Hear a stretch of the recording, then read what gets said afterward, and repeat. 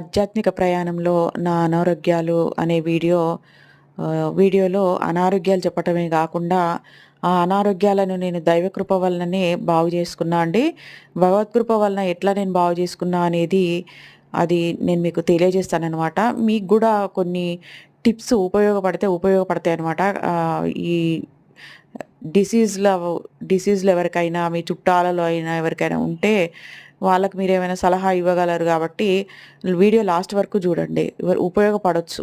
ఆహ్, అంటే ఆరోగ్య రహస్యాలు గూడా చెప్తానమాట. ముఖ్యంగా ఆధ్యాత్మిక ప్రయాణంలో భక్తి మార్గాల వలన వచ్చిన ఆహ్, ఏ ఏమొచ్చినయి, మళ్ళీ మానసిక వేదన వలన గూడా వచ్చినయి. ఏదైనా కర్మ ప్రకారంగానే వస్తదండి. ప్రారబ్ధ పాప కర్మ అనేది ఉన్నప్పుడు మెల్లిమెల్లిగా అంటే ఒక 4 సంవత్సరాలు బావుంటాము. తర్వాత 4 సంవత్సరాలు బావుండము. అట్లా జరుగుతూ ఉంటదనమాట. ప్రారబ్ధ పాపకర్మ గ్రహదోషాల రూపంలో మన జీవితంలోకి ఎంటర్ అవుతదనమాట.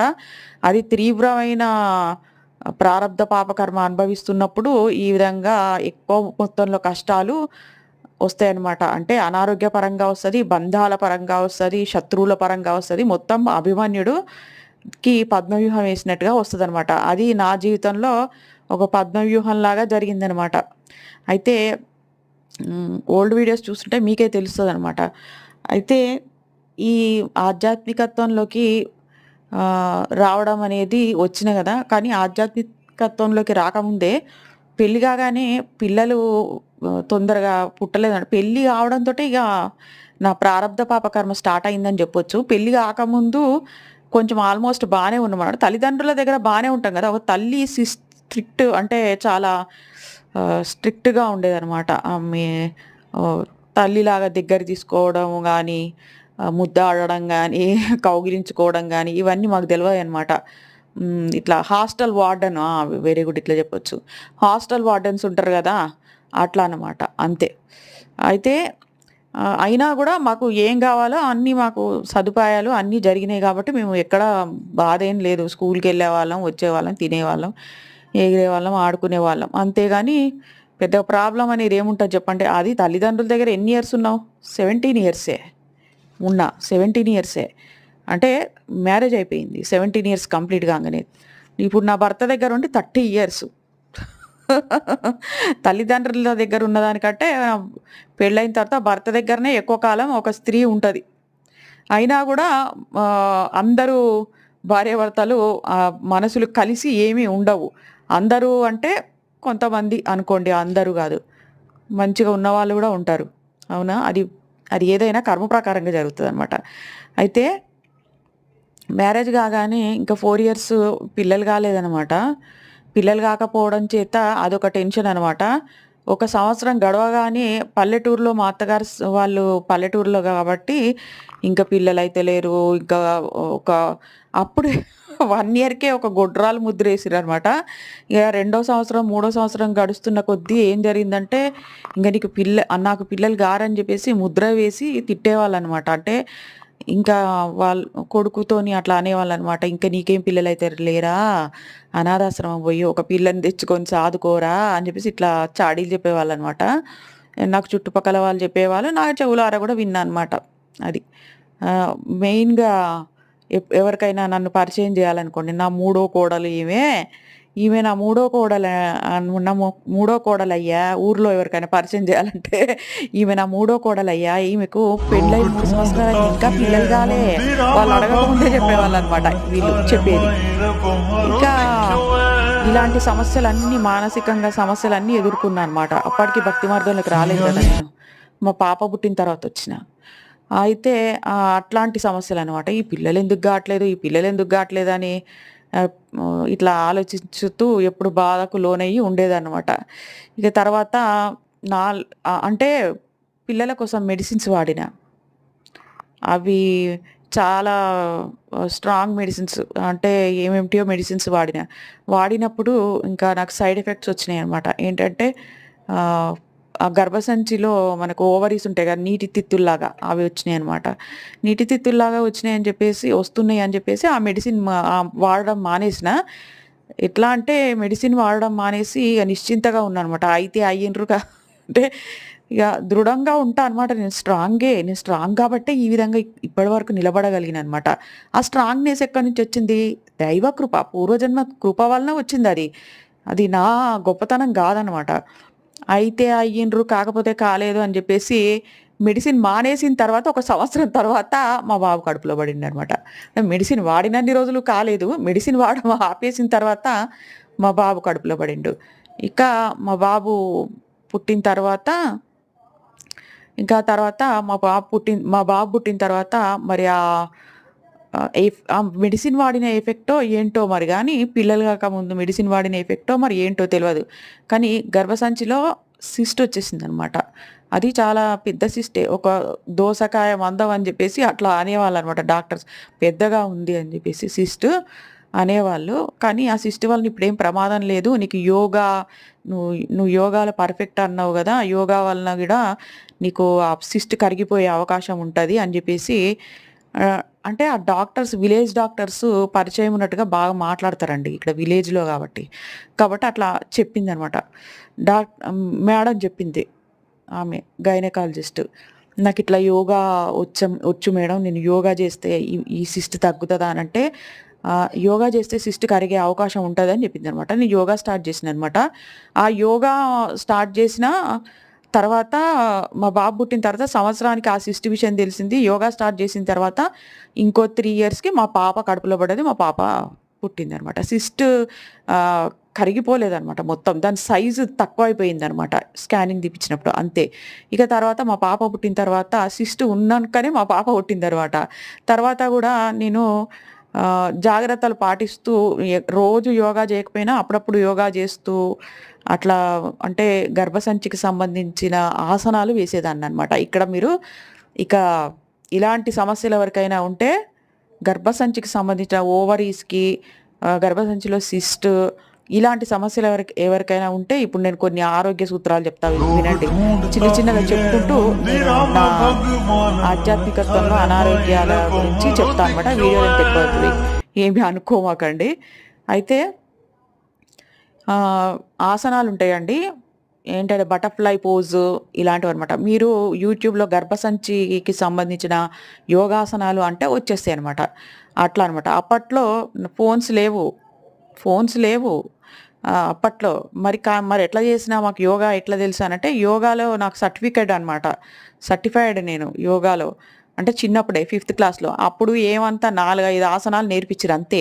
మరి నాకెట్లా తెలుసా అనంటే మేము బుక్స్ కొనుక్కున్నాం. నేను, మా ఆయన అప్పటికి మద్దెల సత్యనారాయణరాజు వచ్చిండనమాట. మన టీవీలలో వస్తుండు. సెల్ ఫోన్స్ లేవప్పుడు. అప్పుడప్పుడే వస్తుండనమాట. మా ఆయన గూడా ఆరోగ్యం గురించి చాలా కేరింగ్ తీసుకుంటాడనమాట. నా గురించి గాదు, ఆయన గురించి అనమాట. కాబట్టి ఆ బుక్స్ అవన్నీ గూడా ఆయన గురించి కొన్నయ్యే అనమాట. అంటే ఆహారం, ఉప్పు, నూనె, మసాలాలు, కారం లేకుండా ఆహారం ఎలా వండుకోవాలి అని చెప్తాడు గదా! మంతెన సత్యనారాయణ రాజు గారు. ఆ వంటకాల బుక్కులు కొనుక్కున్నాం మేము. సీడీలు గూడా కొనుక్కున్నాం. అప్పుడు డీవీడీ ఉండే మా ఇంట్లో. సీడీలు గూడా కొనుక్కున్నాము. ఆ సీడీలేసి గూడా మేము చూసేవాళ్ళమనమాట. అంటే టీవీలలో వచ్చినయి సీడీల రూపంలో ఆయన రిలీజ్ చేసిండనమాట. బుక్స్ గూడా ఉన్నాయి. ఇప్పటికి గూడా ఉన్నాయి బుక్స్. సీడీలే పోయినాయి. ఎందుకంటే మనం డీవీడీ వాడం గదా! పోయిందెప్పుడో. అయితే ఈ ఈ ఆసనాలు బటర్‌ఫ్లై ఆసనము అలాంటి కొన్ని ఆసనాలు ప్లస్ మార్నింగ్ మొలకలు తినడము అలాంటివి చేసేదాన్ననమాట. అవి పర్టిక్యులర్‌గా ఎప్పుడు జేయకపోయేదాన్ని. ఎప్పుడో అట్లా అప్పుడప్పుడు చేసేదాన్ననమాట. ఇంకా ఇంట్లో వర్కు ఎక్కువగా ఉండేది. ఇద్దరు చిన్న పిల్లలు గదా! ఇద్దరు చిన్న పిల్లలు. మా పాప పుట్టిన తర్వాత 1 ½ ఇయర్‌కే మేము కొత్త ఇంట్లోకొచ్చేసినాం. అంటే ఇప్పుడున్న వాయిస్ ఓవర్ ఇస్తున్న ఈ ఇంట్లోకొచ్చేసినాం అనమాట. అయితే మా పాప పుట్టిన తర్వాత నేను ఇంకా ఆ గర్భసంచికి సంబంధించిన సమస్యను నేనే ఆసనాల ద్వారా, ఆహారం ద్వారా నేను నివారణ చేసుకుంటూ అంటే నివారణ అంటే పూర్తిగా నివారణ గాదు. దాన్ని కంట్రోలింగ్‌లో ఉంచుకుంటూ నేను జీవితంలో బాధలు, కష్టాలు అనుభవిస్తూ ముందుకు సాగిపోతూ ఉన్నానన్నమాట. అప్పుడే ఈ ఈ బాధలు, ఈ కష్టాల వల్లనే మా పాప సంవత్సరంన్నర ఉన్నప్పుడు రెంట్ హౌస్‌లో ఉన్నప్పుడు ఇంక కొత్తింట్లోకి రాలేదు. తయారవుతుంది ఇల్లు. ఇంకా పక్కింట్లో సుమిత్ర అనే అమ్మాయొచ్చి లలితా సహస్రనామాలు పరిచయం చేసింది. ఇంకా లలితా సహస్రనామాలు ప్రతిరోజు చదవడం స్టార్ట్ చేసేసిన. ప్రతిరోజు నియమ నిబంధనలు ఏమి పాటించలేదనమాట. అంటే నాన్ వెజ్ తిని గూడా చదివిన. నాన్ వెజ్ తింటంగా మరి మా క్యాస్ట్‌లో నాన్ వెజ్ బాగా తింటారు. అంటే క్యాస్ట్ చెప్పను. కాకపోతే బాగా తింటారు. ఆహ్, వారానికి 3, 4 సార్లు తింటారనమాట. కాబట్టి ఇక ఎట్లా మానేస్తాం? మానేయం గదా అంత తొందరగా. లలితా సహస్రనామాలు చదవడం స్టార్ట్ చేసిన తర్వాత వెంటనే వారం 1 వీక్ 1 వీక్ తర్వాత అమ్మ దర్శనాలు కావడము, కుండలిని అవేకెనింగ్ సింప్టమ్స్ రావడము అదన్నీ ఏమి నాకు తెలవదు. కుండలిని అవన్నీ ఉంటాయని తెలవదనమాట. తర్వాత బాడీ మొత్తం హీట్ అయిపోతుంది. హీట్ ఇంక్రీజ్ అవుతుంది. ఇక నేనేం చేసినాననమాట అమ్మవారికి సంబంధించినవి ఏమేమి జరిగినాయనేవి నేను వేరే వీడియోస్ చేసినాననమాట. ఇందులో చెప్తే మళ్ళీ వీడియో లెంత్ ఇంకా మరీ ఇక 3 అవర్స్ అయినా అయితదనమాట. కాబట్టి అమ్మవారికి సంబంధించిన ఆధ్యాత్మిక అనుభూతులు ఏం కలిగినాయి అనేవి నేను వేరే వీడియోస్ చేసిన. ఓల్డ్ వీడియోస్ చూడండి. ఏందంటే ఆ టైంలో అమ్మవారి మీద ప్రేమ ఎక్కువైపోయింది గదా నాకు. ప్రేమ ఎక్కువైపోయింది. ప్రేమ ఎక్కువైపోయి ధ్యానం గూడా స్టార్ట్ జేసిన. అప్పటి వరకు ధ్యానం జేయలేదనమాట నేను. అంటే ధ్యానం గూడా వచ్చు నాకు. యోగా సెంటర్‌కి వెళ్ళినప్పుడు అక్కడ ధ్యానం ఎలా జేయాలనేది నేర్పిచ్చిర్రు. కాబట్టి ధ్యానం గూడా స్టార్ట్ జేసిన. ఇక ధ్యానంలో అనుభూతులు గూడా ఫాస్ట్‌గా రావడం అనేది స్టార్ట్ అయింది. అంటే ఎన్నో సంవత్సరాలు ధ్యానం జేస్తే అనుభవాలు కలుగుతాయి గదా! అలాంటిది ధ్యానం స్టార్ట్ చేసిన 6 నెలలకు, సంవత్సరం నుంచే ఏమేమో బాడీలో ప్రకంపనలు ఆ ధ్యానంలో అమ్మవారు కనిపియడము, లలితా సహస్రనామాలు చదువుతూ ధ్యానం గదా! ఇంకా అన్నీ ఆధ్యాత్మిక అనుభూతులు ఎక్కువగా కలిగినాయనమాట. కాకపోతే వీటితో పాటు ఏం జరిగిద్దంటే, నేను నాన్ వెజ్ మానేయలేదు గదా! కుండలిని అవేకెనింగ్‌కి నాన్ వెజ్ తినడం అనేది చాలా తప్పనమాట.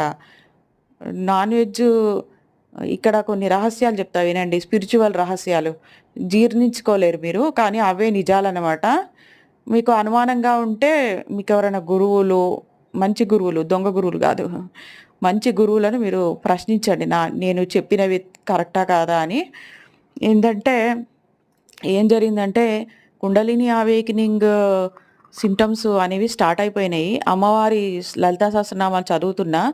అప్పుడు బాడీ విపరీతంగా హీట్ అయిపోవడము, ఆహ్, విపరీతంగా మెన్సెస్ ఎక్కువ రోజులు కావడము, 5 డేస్‌కి ఆగిపోయే మెన్సెస్ 8, 9 డేస్ అవ్వడము. ఇట్లా అయిపోయిందనమాట. బాడీలో హీట్ ఎంత ఇంక్రీజ్ అయిందంటే బాడీ అంటే ఇట్లా ఏదైనా బండల మీద ఇట్లా పడుకున్నప్పుడు నన్నెవరైనా ముట్టుకున్నా గూడా మా ఆయనైనా గూడా అప్పట్లో ముట్టుకునేవాడు గాదు నన్ను. అయితే ముట్టుకున్నా గూడా ఇంత వేడిగా కాలిపోతున్న పెనంలాగా ఆమ్లెట్ ఆమ్లెట్ అయిపోతది అన్నట్టుగా అనేవాడనమాట. అంత హీట్ అయిపోయేదాన్ని నేను. ఎందుకంటే లలితా సహస్రనామాలు చదివి మళ్ళీ ఖడ్గమాల, మహిషాసురమర్దిని స్తోత్రము, అమ్మవారి స్తోత్రాలన్నీ కలెక్ట్ జేసుకొని బుక్స్ కొనుక్కొని, అమ్మవారి స్తోత్రాలు బుక్స్ కొనుక్కొని అవన్నీ చదివేదాన్ననమాట. అది ఇక్కడ గుర్తించండి ఎందుకు ఇట్లా జరుగుతదంటే, భక్తి మార్గంలో కుండలిని అవేకెనింగ్ అయినప్పుడు ఆహారాన్ని మార్చాల్సి ఉంటది. ఆహారాన్ని మార్చకపోతే అనారోగ్యాల పాలు గావాల్సుంటది. అంటే అపరిమిత భక్తి అనమాట. అపరిమిత భక్తి నాలాగా చేసేవాళ్ళు. ఏదో నిత్య పూజ చేసి నార్మల్‌గా సంసారంలో పడి సంసారంలో గురించి ఆలోచించేవాళ్ళు. అట్లా కాదు నేననేది. నిరంతర భక్తి అమ్మ, అమ్మ, అమ్మ అంటూ పొద్దుగూకులు కలవరించడము, అమ్మ ఫోటోను ముంగడ పెట్టుకొని చూడడము, అమ్మ గురించి అనుభూతులకు లోను కావడము, అమ్మ దర్శనాలియ్యడము. ఇది ఒక తపస్సు లాంటిదనమాట. ఈ ఈ స్టేజ్‌లో ఉన్నప్పుడు కుండలిని ఎనర్జీ పైకి వెళ్తూ ఉంటదనమాట. మూలాధార చక్రంలో ఉన్న అమ్మ నిద్రలేస్తది. కాబట్టి ఇట్లాంటివి జరిగినప్పుడు ఆహారాన్ని మార్చాలనమాట. మీరు ఇంత రేంజ్‌లో చేస్తున్నారు, మీకింత అనుభవాలు అవుతున్నాయి అన్నప్పుడు మీకు కుండలిని మాత నిద్రలేసింది, కాళీమాత అని అర్థమనమాట. కాబట్టి మీరేం జేయాలంటే ఆహారాన్ని మార్చాలనమాట. నాకప్పుడు తెలవదు గదా! ఎవ్వరు చెప్పేవాళ్ళు లేరు గదా! కాబట్టి నేను ఆహారాన్ని మార్చలేదనమాట. అట్లనే తింటూ ఉన్నా. బాడీ హీట్ అంతే. ఇప్పుడు ఇట్లా అందుకనే భక్తులు సాత్విక ఆహారం తినాలని భగవద్గీతలో గూడా ఉంటది. ఎందుకంటే వాత, పిత్త, కఫాలను బ్యాలెన్స్ జేసే ప్రాణాయామాలు గూడా జేయాలి. ఆ తర్వాత తెలిసిందిలెండి నాకు. అప్పట్లో ఏమీ తెలవదు. కాబట్టి భక్తులు యోగా జేయాలి. సరే నేను యోగా అని కూడా పర్టిక్యులర్‌గా ఏం జేయట్లేదు బిజీ వలన. వచ్చిపోయే చుట్టాలు చాలా ఉధృతంగా ఉండేవాళ్ళు. ఇంట్లో వర్క్ అదంతా. కాబట్టి హ్మ్, బ్యాలెన్స్ చెయ్యాలన్నా నాకు తెలవదనమాట. అసలు ఎలా బ్యాలెన్స్ చేస్తారు? ఆహారాన్ని మార్చాలని తెలవదు. నార్మల్‌గా తింటూ ఉన్నా. తినడం మూలంగా హీట్ ఇంక్రీజ్ అయిపోయి ఆహ్, ఏమేమో జరిగేదనమాట. బాగా విశుద్ధి చక్రం యాక్టివేషన్ అయ్యేటప్పుడు గొంతు బొంగురు గొంతు మారిపోయి గొంతు నొప్పొచ్చేది. తలనొప్పి, తల లాగడము ఇవన్నీ అయ్యేదనమాట. వెన్నుపూసలో మీద ఏదో పాకినట్టు కావడము ఇవన్నీ అయినాయి. అయితే నాకు ఏం జరుగుతుందనేది నాకు తెలవదనమాట. అమ్మవారి ముందు కూర్చొని లలితా సహస్రనామాలు చదివేటప్పుడు పక నవ్వేదాన్ననమాట. నవ్వేటప్పుడు ఒళ్ళంతా కంపనాలు, షేకింగ్ అవడము ఈ ఇలాంటివన్నీ అయ్యేవనమాట. ఏం జరుగుతుందో అని నాకు అర్థం కాదనమాట. మా అమ్మకి చెప్పినప్పుడు "నీకు పూనకం వస్తదేమో" అని అనేదనమాట. కానీ పూనకం ఏమి రాకపోయేది. పూనకం తర్వాత స్టేజ్‌లోనే వచ్చింది. తర్వాతొచ్చింది ఎప్పుడుకో. అయితే పూనకం గాదది. అది కుండలిని అవేకెనింగ్ స్టేజ్ అన్నమాట. కానీ ఎవ్వరికీ ఏం తెలవదనమాట మా ఇంట్లో. ఇది ఏం జేయాలనేది తెలవదు. ఆహారం మార్చాలనేది. కానీ ఆహారం మార్చాలండి. సాత్వికాహారం తీసుకోవాలి. ప్లస్ నాన్ వెజ్ మానేయాలి ఎగ్గుతో సహా. కాబట్టి అమ్మ నన్ను తర్వాత ఆమె, ఆమె నా జీవితంలో ప్రవేశించి ఆమెనే స్వయంగా నా చేత మానేపిచ్చింది. అట్లెట్లా అనంటే నాన్ వెజ్జు ఇట్లనే తింటూ ఉన్నా, ఇట్లనే ప్రాబ్లమ్స్ వస్తూ ఉన్నాయి. ఏదో ఒకటి హీటు అది వాంతులు కావడం అట్లాంటివన్నీ అయినాయనమాట. ఒకరోజు నాన్ వెజ్జు అట్లనే తింటూ ఉన్నా అనమాట. ఏమైనా కూడా తింటూనే ఉన్నా. ఒకరోజు ఏం జరిగిందంటే మార్నింగ్ తినేసిన. తినేసిన తర్వాత ఈవినింగ్ ఏమైందంటే పెద్ద పెద్ద వాంతులయినాయి. వాంతులైతే ఏముంది నెక్స్ట్ డే తర్వాత ఆరోగ్యం మంచిగా అయిన తర్వాత నాన్ వెజ్ తినొచ్చు గదా! అని మీరు అనుకుంటుర్రేమో. ఎవరైనా అనుకుంటారు గదా! అట్లా. కానీ ఆ వాంతులు కావడంతోటి నాకు నాన్ వెజ్ మీద గుడ్డుతో సహా విరక్తి భావన కలిగిందనమాట. ఈ జీవితంలో, ఈ జన్మలో నేను ఇంక నాన్ వెజ్ తినను అనేసి అమ్మవారి ముందే ఒట్టు పెట్టుకున్నాననమాట. అంటే ఎ తర్వాతైనా తినొచ్చు కదా! మంచిగైనంక అని అనుకోలేదనమాట. ఇదంతా అమ్మవారు సంకల్పంతో జరిగేవనమాట. నా సొంతంగా జరిగిందనైతే నేను చెప్పను. ఎందుకంటే అట్లెట్లా పొయ్యి అమ్మవారు మీద ఒట్టు పెట్టి పటం మీద చెయ్యి పెట్టి ఒట్టు పెట్టినాననమాట నేను. ఇక నాన్ వెజ్ తినను అని జెప్పేసి. అంటే అసహ్య భావన ఏర్పడిందనమాట. ఇట్లనే నా నా జీవితంలో ఆధ్యాత్మిక జీవితానికి అడ్డు వచ్చే వాళ్ళ వ్యక్తుల మీద గూడా అసహ్య భావన కలిగేటట్టు చేసిందనమాట అమ్మవారు. అదే పరమాత్మకు మన మీద ఎంత ప్రేముందో అని అట్లా అనిపిస్తదనమాట నాకు. అయితే ఈ ఈ విధంగా నాన్ వెజ్ మానేయడం జరిగింది. అది అప్పుడు నాకెంత వయసో తెలుసా? మంచిగా తినే వయసనమాట. అంటే మా దాంట్లో అంటారు, "తినే వయసులో ఎందుకు మానేసినావని" జెప్పేసి బలవంతంగా తినిపిద్దామని కూడా జూసారు. కానీ నేను తినలేదనమాట. 25 ఇయర్స్‌కే నేను నాన్ వెజ్ మానేయడం జరిగింది. నాన్ వెజ్ మానేశాను. మానేసిన తర్వాత ఆరోగ్యం కొంచెము మంచిగా గావడం స్టార్ట్ అయింది. గుడ్డుతో సహా మానేసిన తర్వాత. కొత్తింట్లోకొచ్చేసినాము చక్కగా ఏం ఇల్లును శుభ్రంగా పెట్టుకోవడం. మన సొంత ఇల్లు గదా! చాలా అందంగా పెట్టుకోవాలి అని జెప్పేసి ఆత్రం అనమాట ఇక. అట్లా కొత్తిల్లు మోజులో ఉండిపోయినా. ఇంకా తర్వాత ఇంట్లో చుట్టాలు యథావిధిగా చుట్టాలు వచ్చిపోయేది. కుంపటి పెట్టిపోయేదనమాట. అట్లనే ధైర్యంగా ఓర్చుకుంటూ అట్లనే ముందుకు వెళ్తూ ఉన్నా అనమాట. ఇక తర్వాత ఏం జరిగిందంటే, ఇక మా ఆయన గురించి ఓ పెద్ద వార్త తెలిసిందనమాట. ఏదో పోరంబోకు ఆడవాళ్ళతోని ఉంటాడులే, పోరంబోకు ఆడవాళ్ళు గదా! ఏముందిలే అని జెప్పేసి ఉండేవాళ్ళం అనమాట మేము. మాకు తెలిసి గూడా.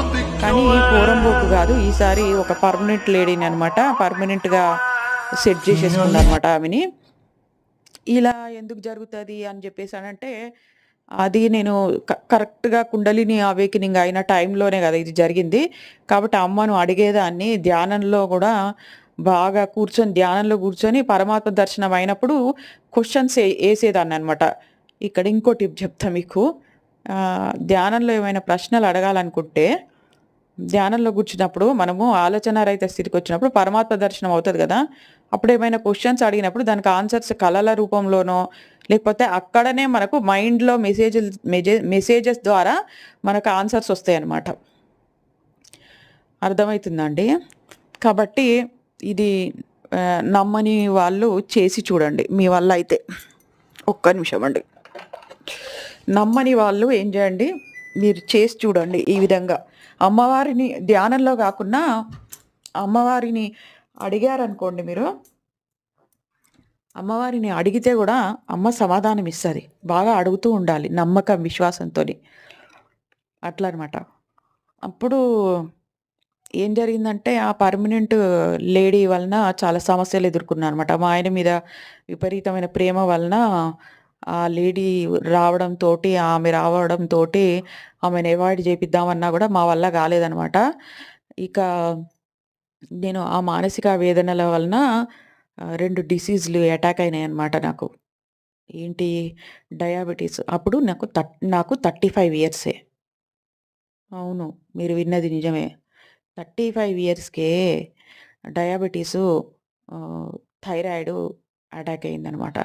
అప్పుడు అది అటాక్ అయినంక గూడా 1 ఇయర్‌కి నాకు తెలిసిందనమాట. నేను మా ఆయన గురించి వేదనలో ఉన్నాననమాట. ఆమెతో దూరం గావట్లేదనమాట. ఇద్దరు గావాలంటుండు. నేను ఆమె గూడా. మళ్ళీ ఒక్కరు గాదు. అట్లా కాబట్టి నేను అట్లా ఉండలేననమాట. నేను నీతివంతంగా, న్యాయవంతంగా, స్వచ్ఛంగా ఉండాలి అనే ఒక వ్యక్తిత్వం గల వాళ్ళనే నేను నమ్ముతాను, ఇష్టపడతాను. అంతే. లేకపోతే అసహ్యించుకుంటానన్నమాట. నాకు రోతలాగా అనిపిస్తదనమాట. ఇంక అంతే. నేను ఆ వ్యక్తిత్వమే అంత. నేను దాన్ని మార్చుకోలేననమాట. నీతి, నిజాయితీ ఉండాలనమాట ढूंढता మనుషుల फिरे పట్ల. అక్కడికి मंदिरा నేను में పోరంబోకు भगवान ఆడవాళ్ళే అని अरे జెప్పేసి క్షమించిన. मायरे बम्हारो दिख्यो పోరంబోకు వాళ్ళు గాదు. है ఈసారి పర్మనెంట్ అనమాట. అని జెప్పేసి అర్థమైపోయిందనమాట. ఇక తర్వాత ఆ వేదనలో నాకు ఈ విధంగా డయాబెటిస్ అయితే ముఖ్యంగా ధ్యానంలో ఆన్సర్స్ నాకు దొరికినాయనమాట. ఏంటంటే ఆమె ఉంది గదా! అది పూర్వజన్మ సంబంధం అనమాట వాళ్ళది. అందుకని అట్లా వాళ్ళు అంత అటాచ్ అయిపోయిర్రనమాట. ఆమె తర్వాత మా ఆయన వేరే వాళ్ళని ఎవరిని తొంగి చూడలేదనమాట. కాబట్టి అక్కడ ఏందంటే ఆహ్, నేను, నేను మా ఆయనని కరెక్ట్ వేలో పెట్టలేకపోయినా, వేరే వాళ్ళని తొంగి చూడకుండా, కానీ ఆమె మా ఆయనను కరెక్ట్ వేలో పెట్టిందనమాట. అంటే వేరే వాళ్ళ దిక్కు తొంగి చూడకుండా అనమాట. అట్లా అవన్నీ ఫోకస్ జేసినప్పుడు చూసినప్పుడు ఇది వాళ్ళ పూర్వజన్మ సంబంధం ఉంది గాబట్టి అని నాకు ఆన్సర్స్ వచ్చేవన్నమాట. ఇది పూర్వజన్మ సంబంధం ప్లస్ ఇది నీకు ఉపయోగకరంగానే ఉంటది. నీ స్పిరిచ్యువల్ లైఫ్‌కి ఇది సహాయకారిగానే ఉంటది అన్నట్టుగా నాకు మెసేజెస్ వచ్చేవన్నమాట. కాబట్టి నేను నేను వాళ్ళని వదిలేసిందని అనుకుంటుర్రా? కాదు. నాకు మా ఆయన ఇంకా ఆమెను వదిలేయడని నాకు రూఢిగా అర్థమైపోయిన తర్వాత నేను గూడా గావాలి మళ్ళా మా ఆయనకి. నా మీద గూడా ప్రేముందని చెప్పను. కాకపోతే న భార్య గూడా ఉండాలి. ఇద్దరు గావాలి అన్నట్టుగా ఆ పందాలో ఉన్నప్పుడు నేను దాన్ని కట్ జేసి పారేసినాననమాట. అది అవసరం లేదని జెప్పేసి. ఇంకా అప్పుడు థైరాయిడు అనేది ఆహ్, అటాక్ అయినంక ఈ థైరాయిడు, డయాబెటిసు అటాక్ అయిన తర్వాత నేను మత్తులో ఉండి, మాయన మత్తులో ఉండి, బాధలలో ఏడుస్తూ, మూలుగుతూ, ముక్కుతూ ఇట్లా బ్రతుకుతున్నాననమాట. చానా బాధలో ఉన్నాననమాట. ఇంక ఎప్పుడు నిరాశ, నిస్పృహలతోని ఉండేదాన్ననమాట. అప్పుడు 35 ఇయర్స్‌కి ఈ డయాబెటిసు వలన ఏం జరిగిందో తెలుసా? థైరాయిడ్ వలన, డయాబెటిస్ వలన ఆ సిస్ట్‌ని నేను మేనేజ్ జేసి పెట్టినా గదా! గర్భసంచిలో ఉన్న సిస్ట్‌ని, ఆ సిస్ట్ కాస్త పెద్దగా అయిపోయింది. పెద్దగా అయిపోయి అది పగిలిపోయే స్థితికి వచ్చిందనమాట. అప్పుడు 3 ఒకటేసారొచ్చినాయి. లలితా సహస్రనామాలు చదివే రోజుల్లో ఇది జరిగింది. మానసిక వేదన लोग ढूंढता ప్లస్ फिरे मंदिरा में మానసిక వేదన भगवान ప్లస్ గర్భసంచి अरे సమస్య, मायरे बम्हारो दिख्यो డయాబెటిస్ అటాకు है ప్లస్ మళ్ళీ థైరాయిడ్. कियाली ఇక కడుపు నొప్పి విపరీతంగా వస్తున్నప్పుడు స్కానింగ్ తీయించిండనమాట మా ఆయన. తీపిస్తే లేడీ డాక్టర్ చెప్పింది. వారం రోజులు వరకు నేను ఈ సిస్ట్ పేలకుండా ఆపుతా. అర్థమవుతుందా అండి? పేలకుండా ఆపుతా. టాబ్లెట్స్ మీద. వారం రోజుల లోపల నీ పెళ్ళాన్ని తీసుకెళ్ళి ఆపరేషన్ చేసేసి గర్భసంచి తీసేపియి అని అన్నదనమాట. ఇప్పుడు మా ఆయన హుటీన మా ఆయన చెప్పిన కదా! కేరింగ్ పర్సనే. అన్నీ బాగానే చూసుకుంటాడు. కానీ ఆహ్, లేడీస్ వీక్ పాయింట్ ఉంది. అట్లా అని చెప్పేసి అందరూ కాదు. ఆయనను మోసం చేయడం జరిగిందనమాట. అంటే ఒక మోసగత్తెనే ఒక కాపురాన్ని నాశనం చేయగలుగుతది. కాబట్టి ఆమెను మనం ఏమి జేయలేము. మన బంగారం మంచిది గానప్పుడు మనం ఆమెనేం జేస్తాము? చేయలేము. కాబట్టి అక్కడ వాళ్ళిద్దరు ఇష్టపడ్డారు కాబట్టి నేను పక్కకు తప్పుకున్నానన్నమాట. ఇక నన్ను తీసుకెళ్ళి గర్భసంచి ఆపరేషన్ ఏదో వాళ్ళ అత్తగారోళ్ళు మా ఆడబిడ్డలు ఏమని చెప్పిరంటే, ఏదో మీ విలేజ్‌లోనే ఒక ఎంబీబీఎస్ డాక్టర్ ఎవరో ఉంటారు గదా! వాళ్ళ దగ్గర గర్భసంచి ఆపరేషన్ చేయించేసేయి అన్నప్పుడు మా ఆయన ఒప్పుకోలేదనమాట. తీసుకెళ్ళి యశోద హాస్పిటల్ ఎక్కడ మలక్పేట్ యశోద హాస్పిటల్‌లో నాకు గర్భసంచి ఆపరేషన్ జరిగిందనమాట. 35 ఇయర్స్‌కే గర్భసంచి తీసేయడం జరిగింది నాకు. రిమూవ్ చేసేసిండ్రు. అప్పుడు ఒక్క అంటే 2 ఓవరీస్ ఉంటాయి గదండీ! 2 ఓవరీస్ ఉంటాయి గదా! 1 ఓవరీ ఉంచిరనమాట. ఇంకో ఓవరీ ఎందుకు తీసేసిండ్రనమంటే, ఆ ఓవరీ వల్ ఆ ఓవరీకి అటాచ్‌మెంట్ అయ్యే ఆ సిస్ట్ ఉందనమాట. కాబట్టి ఆ ఓవరీని తీసేశారు. 1 ఓవరీ ఉండడం వలన కాపురం జేయడంలో ఏ ప్రాబ్లమ్ ఉండదనమాట. ఎటువంటి ప్రాబ్లమ్. అంటే ఆహ్, 2 ఓవరీస్ తీసేస్తే ఇంకా సంసారం జేయడానికి కష్టం అనే పందాలో ఉంటదనమాట. అది సైంటిఫిక్‌గా ఉంటదనమాట. కాబట్టి 1 ఓవరీ ఉంచేసిరనమాట నాకు. గర్భసంచి తీసేసిరిగ. 1 ఓవరీ తీసేసి 1 ఓవరీ ఉంచిర్రు. అట్లా అనమాట. కానీ అక్కడ పరిస్థితే అసలకి మా ఆయన అప్పటికే పర్మనెంట్‌గా ఒక ఆమెతోని ఉంటున్నాడు గదా! అట్లా అనమాట. అయితే ఇంకా అదంతా పోనీ అసలు నాకు నా ఇద్దరు लोग పిల్లల గురించే నేను ढूंढता ఆలోచిస్తున్నానన్నమాట फिरे ఇక. मंदिरा में भगवान అనారోగ్యగ్రస్తురాలినయినంక నా थारे मायर దృష్టి गोहरो ఎట్లా అయిందంటే నా दिख्योरे పిల్లలు ఎట్లా, నేను నాకు ఇన్ని జబ్బులొచ్చినాయి ఏంది, ఈ సిస్ట్ हियाली గర్భసంచి తీసేసారు. ఆ గర్భసంచి తీసేయడానికి యశోద హాస్పిటల్‌లో ఫస్ట్ మొత్తం బాడీ అన్ని టెస్టులు అవుతాయన్నమాట. రక్తం తీసి అన్ని టెస్టులు చేస్తారనమాట. మనం అడగొద్దు. మనం అడగక ముందే థైరాయిడు అన్నీ హెచ్ఐవితో సహా చేస్తారు. అయితే థైరాయిడు ఆహ్, ఇదేంటిది డయాబెటిస్ టెస్ట్ ఇవన్నీ థైరాయిడ్, డయాబెటిస్ అని వచ్చింది. వారిని! థైరాయిడ్, డయాబెటిస్ గూడా వచ్చిందా? ఇంక నేనెందుకు బ్రతకడం? ఇంక నేను ఆత్మహత్య చేసుకుంటే అయిపోతది గదా! నేను చచ్చిపోతా ఇంకా అని జెప్పేసి నాకు ఆలోచనలొచ్చినాయనమాట. గర్భసంచి ఆపరేషను చేయించుకున్నాక ఏం జరిగిందంటే నన్నొక వార్డ్‌లో ఏసిర్రు. అప్పుడు యశోద హాస్పిటల్ వెనక సైడ్ కొత్తగా కన్‌స్ట్రక్షన్ జరుగుతుందనమాట అప్పట్లో. ఇంకా బిల్డింగు మొత్తం పూర్తిగా తయారు గాలేదనమాట. అక్కడ పై అంతస్తులో నన్నేసిర్రనమాట నా బెడ్డు. అంటే 4 అంతస్తుల పైననమాట. అక్కడి నుంచి ఇట్లా వాకింగ్ జేయమని చెప్పిర్రనమాట మెల్లగా నడవని. నడుస్తున్నప్పుడు అక్కడ కన్‌స్ట్రక్షన్ జరిగే ప్లేస్‌లో ఎత్తు మీద నుంచి కిందికి చూసినాననమాట. ఇన్ని జబ్బులతోని నేను బ్రతకడం అవసరమా? దీని మీద నుంచి దుంకేసి చచ్చిపోతానా అని అనిపించిందనమాట. కానీ లలిత ఉపాసకురాలిని గదా నేను. లలితాదేవి దర్శనాలు అవన్నీ అట్లా అయినదాన్ని గదా! అంత అనారోగ్యంలో గూడా నాకు లలితాదేవిని ఏం అనబుద్ధి గావటం లేదు. అసలు అనట్లేదు నేను. ఎందుకంటే ఇక్కడ మీకు నేను స్టార్టింగ్‌లో చెప్పలేదు నేను. లలితా సహస్రనామాలు చదివిన 6 నెలలకు నా దగ్గర యోగుల బుక్స్ వచ్చినాయి. అప్పుడు వేదాంతంలా ధోరణిలో నేను అన్నీ నేను వేదాంత ధోరణిలో కాలేదు. కాకపోతే వేదాంతం అనేది తెలుస్తుందనమాట. అంటే కర్మ సిద్ధాంతం అనేది ఒకటుంటదని ఆ యోగుల బుక్స్‌లలో తెలిసింది. కర్మల ప్రకారంగానే జీవితాలుంటాయని. కాబట్టి ఇది నా కర్మే, ఇది నా కర్మే అని అనుకున్నాననమాట. అమ్మ ఎందుకు నువ్వు ఈ విధంగా జేస్తున్నావని ఒకసారి అడిగినాననమాట నేను. అంటే ఆరోగ్యంగున్నప్పుడు. ఈ ఆపరేషన్ గానప్పుడు. ఎందుకిట్లా జేస్తున్నావు? ఒకదాని మీద ఒకటి కష్టాలు తీసుకొస్తున్నావు నువ్వు. ఇంత బాగానే నీకు అన్నీ బానే జూసుకుంటున్నా గదా! నైవేద్యాలు అన్నీ నాన్ వెజ్ గూడా మానేసినా గదా! మరి నేను. నాన్ వెజ్ గూడా మానేసినా గదమ్మా నేను అని అడిగేదాన్ననమాట. అప్పుడు ఒక వాయిస్ వినిపిచ్చేది. Lady voice. అమ్మవారి వాయిస్ అది. "అంతా నీ కర్మేనే, నీ కర్మ" అనేదనమాట लोग వాయిసు. ढूंढता అయితే फिरे నా కర్మ అయితే मंदिरा నీకు నేను में పూజలు చేస్తున్నావా? भगवान నువ్వెందుకు కరిగించవా? थारे అని मायर అనేదాన్ని. కానీ गोहरो కరిగిస్తుందండి. అదే दिख्योरे ప్రాసెస్ జరుగుతుంది. భగవంతుడిని విశ్వాసంతో ఉండండి. అమ్మవారిని हियाली అనుమానించకండి. ఇప్పుడు చూడండి నేను చెప్తా. నా ఆధ్యాత్మిక ప్రయాణం, నా అనారోగ్యాల నుంచి ఎట్లా బయటపడ్డానో. వాళ్ళు తీసుకొస్తారండి కర్మలు ఇస్తారు. ఇచ్చినప్పుడు విశ్వాసంతోని, నమ్మకంతోని అమ్మవారి మీద ఉండాలి. మీ ఇష్టదైవం మీద వాళ్ళు బయట పడేస్తారండి. అయితే నేను హ్మ్. నాకు అమ్మ మీద ప్రేమ అండి. ఆ ప్రేమ వలన నేను ఏ దేవుడైనా ప్రేమనే అన్నమాట. వేరే ఇతర దేవీ దేవతలను పూజించినప్పుడు గూడా ప్రేమే అన్నమాట. ఆ ప్రేమ వల్ల నేను వాళ్ళని ఏమీ అనలేకపోయేదాన్ని. అంటే "నువ్వు నన్నిట్లా జేస్తావా?" కొంతమంది శాపనార్థాలు పెడతారు దేవుళ్ళని గూడా.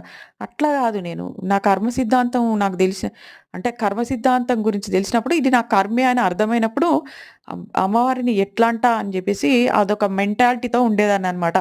ఇంకా అంతే గాదు బెడ్ మీదనే పడుకొని భగవన్నామస్మరణ, లలితా సహస్రనామాలు, స్తోత్రపారాయణాలు మనసులో జేసుకునేదాన్ని. వాచికం గాదు. అయితే హ్మ్.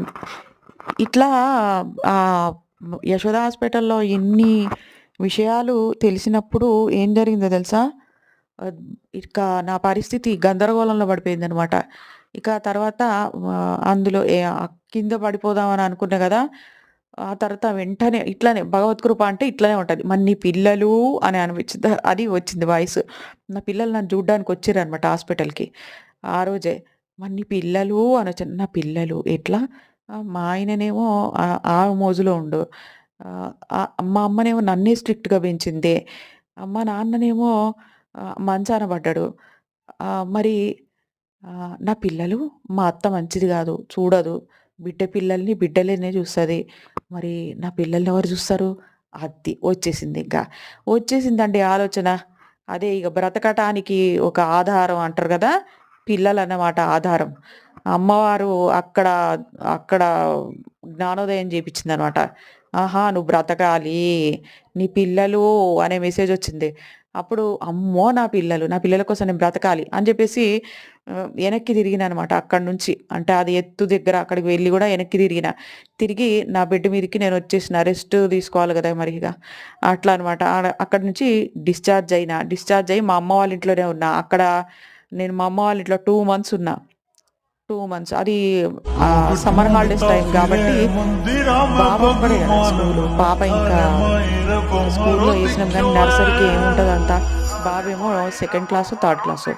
అయితే ఇగ ఏం జరిగిందంటే ఇక నేను మెల్లిమెల్లిగా ధైర్యం వస్తుందనమాట. ధైర్యం ఎట్లొస్తుంది తెలుసా? అక్కడి నుంచి వచ్చేసి నా పిల్లలు అనే వాయిస్ వచ్చిన తర్వాత అక్కడికి రిటర్న్ అయిన తర్వాత బెడ్ మీద పడుకొని ఆలోచిస్తున్నాననమాట. ఏమని? నా పిల్లల కోసం నేను బ్రతకాలి. డయాబెటీసు, డయాబెటీసు, థైరాయిడ్ అయితే ఏంది? డయాబెటీస్‌ని గూడా, థైరాయిడ్‌ని గూడా నా యోగ శక్తితోని యోగా చేసి భగవత్ కృప అనేది ఉంది. అమ్మవారు నా అందునుంది. అమ్మ నా మాట వింటది. అమ్మ నా మాట వింటది. నా కర్మను ధ్వంసం చేస్తది అని అనుకుంటున్నిట్లా. అనుకోని నాకు యోగా వచ్చు గదా! యోగా ద్వారా నేను డయాబెటీస్‌ని కంట్రోల్‌లో పెడతా. థైరాయిడ్‌ని గూడా కంట్రోల్‌లో పెడతా అనుకున్నా. అనుకోని ఇక ఇంకేముంది గర్భసంచి ఆపరేషన్ అయిపోయింది. గర్భసంచి తీసేసిర్రు. కాబట్టి మెన్సెస్ ప్రాబ్లమ్ గూడా లేదు. కాబట్టి సిస్ట్ ప్రాబ్లమ్ గూడా పోయింది. ఇక కడుపు నొప్పి రాదు. ఇంకేముంది? ఆహాహా! నాకు మెన్సెస్ రాదు కాబట్టి పీడ విరగడయింది. ఇంకా యోగా చేసుకుంటా, రోజు పూజ చేసుకుంటా, ఇంకా డిస్టర్బెన్సే ఉండదు. చక్కగా ఆధ్యాత్మిక ప్రయాణాన్ని కొనసాగిస్తా. మా ఆయన కోసం నేను ఏడిస్తే, మా ఆయన కోసం నేను బాధపడితే, అప్పుడు నా పిల్లలేమైపోతారు? నా పిల్లల్నెవరు జూస్తారు? అమ్మో! నా పిల్లల మీద ఎక్కువ ప్రేమ అనమాట అప్పట్లో. ఇప్పుడు గూడా అంటే బాధ్యత ఇప్పుడు. విపరీతమైన ప్రేమ లేదు. అయితే బాధ్యత నా పిల్లల్నెవరు జూస్తారు బాబోయ్! అని జెప్పేసి ఇక ధైర్యం వచ్చేసిందప్పుడిక. 100 ఏనుగుల బలం అంత ధైర్యం వచ్చిందనమాట. ఇక డిశ్చార్జ్ అనేది నెక్స్ట్ డేనే అయిపోయింది. ఇక డిశ్చార్జ్ కాంగానే ఇంకా తర్వాత అప్పట్లో సెల్ ఫోన్స్ లేవండి. ఇంకా రాలేదు నా చేతికి. వేరే మా ఆయనకుందనుకుంటా గానీ ఆ! ఆ! మా ఆయనకుంది. నాకు గూడా ఉందండి. నాకు గూడా డబ్బా ఫోనుంది. మర్చిపోయాను నేను. మా అమ్మ వాళ్ళ ఇంటికొచ్చిన తర్వాత ఆ డబ్బా ఫోను నుంచి మా ఆయనకు ఫోను చేసేదాన్ని. యూట్యూబ్‌లు, బోట్యూబ్‌లు లేవు అప్పుడు. స్టార్టింగ్ స్టేజ్ అది. అవును. అయితే ఇక ఆహ్, డిశ్చార్జ్ అయ్యి మా అమ్మ వాళ్ళ ఇంటికి వచ్చేసిన తర్వాత అక్కడ 2 నెలలు రెస్ట్ తీసుకున్న తర్వాత ఇక ఏం జరిగిందో చెప్తే మీరు ఆశ్చర్యపోతారు. ఇది సెకండ్ పార్ట్ తీయాల్సొస్తదనుకుంటా నేను. ఈ వీడియో. ఎందుకంటే గర్భసంచి ఆపరేషన్ ఫెయిల్ అయిపోయింది. घूमता फिरे అవును. मंदिरा में भगवान గర్భసంచి ఆపరేషన్ ఎట్లా अरे ఫెయిల్ అయిపోయిందో తెలుసా? मायरे तुम्हारो दिख्यो నాకు है లాప్రోస్కోపీ ఆపరేషన్ చేయలేదు. కోసే చేసిరనమాట సిజేరియన్ లాగా. చేసినప్పుడు ఆ యశోద హాస్పిటల్‌లో పద్మావతి డాక్టర్ అని ఒకటుండేదనమాట. ఒకామె. దానికి నెత్తి మీద కళ్ళుండేవనమాట. ఇక ఎందుకంటున్నా అంటే చాలా రూడ్‌గా బిహేవ్ చేసేది. ఏదో పోనీలే చేస్తే చేసింది ఆపరేషన్ మంచి చేస్తదంట అని అనుకున్నామనమాట. కానీ అక్కడ ఇంకా కర్మ ఉండే అనమాట. వాళ్ళుంటారు చూడండి. ఆమె చేతి కింద ట్రైనింగ్ డాక్టర్స్‌తోని గర్భసంచి కి కుట్లేపిచ్చిందనమాట. తీసేసిన తర్వాత లోపల కుట్లేస్తారు గదా! అదన్నమాట. వాళ్ళు ఆ అమ్మాయిలు సరిగ్గా జేయలేదనమాట. లోపల 2, 3 కుట్లు వదిలేసిరనమాట వాళ్ళు. కుట్లు సరిగ్గా వేయలేదు వాళ్ళు. వేయకపోయేసరికి ఆపరేషన్ ఫెయిల్ అయింది. గర్భసంచి ఆపరేషన్ చేయించుకున్న తర్వాత మెన్సెస్ కాదు గదా! కాదు గదా! కానీ నాకు వైట్, రెడ్ కలర్ మిక్స్‌డ్‌లో మెన్సెస్ అయితుందనమాట. ఇంటికొచ్చేసిన 2 మంత్స్ అయిపోయింది. 3 మంత్స్ అయిపోయింది. ఆగిపోతదేమో అనుకున్నా. కానీ అప్పుడు ఆగిపోకపోతే ఇంకా నా జీవిత లక్ష్యం నేను యోగా స్టార్ట్ చేద్దామన్నా చేయలేకపోతున్నా. ఇంక అప్పుడు మా అమ్మ వాళ్ళ ఇంటికొచ్చేసిన. ఎందుకంటే మా ఆయన గూడా మా అమ్మ వాళ్ళ ఇంటికెళ్ళమన్నాడు. అంటే మా అమ్మకు తెలుసనమాట. ఒక డాక్టర్ గైనకాలజిస్ట్ చాలా గొప్ప వ్యక్తి అనమాట ఆమె. ఆమె హస్తం పడ్డదంటే ఆ వ్యక్తి లేచి కూసోవాల్సిందే అనమాట. అంటే గైనకాలజిస్ట్ అనమాట. ఆమె పేరు చెప్తా వినండి. ఆమె పేరు నల్లకుంటలో ఉంటది. హైదరాబాద్‌లో నల్లకుంటలో బాలాంబ. మీరు వినే ఉంటారు. బాలాంబ డాక్టర్ అనమాట. ఆమె పేరు బాలాంబ అనమాట. ఆమెకు తెల్ల పూత వచ్చినట్టుగా ఉంటది. ఆ మొహం మొత్తం. వచ్చినట్టుగా కాదు వచ్చింది. తెల్ల పూత ఉంటదనమాట. తెల్లగా ఉంటది. బాలాంబ అనమాట. ఇప్పుడు ఆమెకు 98 ఇయర్స్ 90 ఇయర్స్ ఉన్నాయేమో.